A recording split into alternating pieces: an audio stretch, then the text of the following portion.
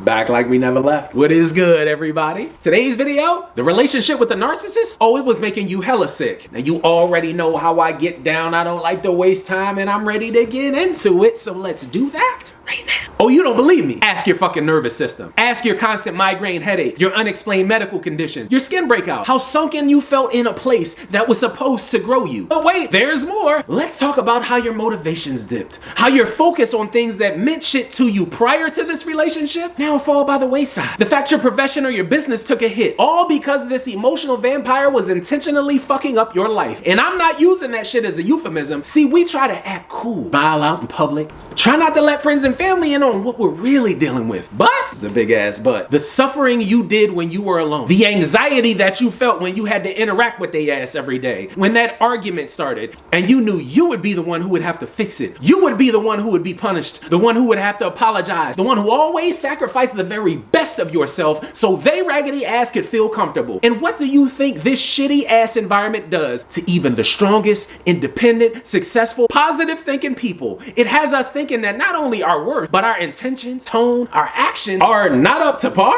as if we are the ones causing this emotional disruption in our own lives. Nah, I'm not gonna let you do that shit to yourself. That was never your fucking assignment. You shouldn't be monitoring and doing you shouldn't be having to monitor and do a temperature check every time you got news to tip. You shouldn't be walking on eggshells in your own damn house, nervous about delivering good or bad news 24/7, or feeling the weight of the entire relationship is in your hand. What you needed was reciprocity. You needed a partner who was gonna consider you and the choices that they made. Somebody that was gonna be loyal and committed to their word long after that intoxicating feeling of new wore off in that relationship. But with a narcissist, you'll never get that shit. You'll get microdosed with hope and potential though. That'll be followed up immediately by a manufactured argument that they made up in their rabbit ass mind. You'll get a place where you never feel safe, where you're always concerned about their reaction to something and not pay attention to how it would actually impact you directly. And that's never a place we should be. You know, where you feel completely compromised and naked emotionally without protection. You needed love. You needed meaningful love. You wanted a safe space, one that noticed when you were off, one that had emotional intelligence, one where your partner could regulate their own fucking emotions, could have adult conversations, had conflict resolution skills. But nah, instead, every decision was met with resistance. Every ounce of effort was met with that wasn't good enough. And thus, we eventually make it to a place of making a decision that prioritizes our peace, our happiness, our safety on our own. A place where now you walk away from this daily bullshit and you begin prioritizing your health. Away from this devious ass monster in sheep's clothing who's constantly playing the victim to situations they raggedy ass created. As always, thank you to every single one of you for tuning in and checking out this video today. If you're new to the channel, become official to the squad. Hit that subscribe button and that bell notification down bottom. Become an official part of a team that will always push you towards personal greatness.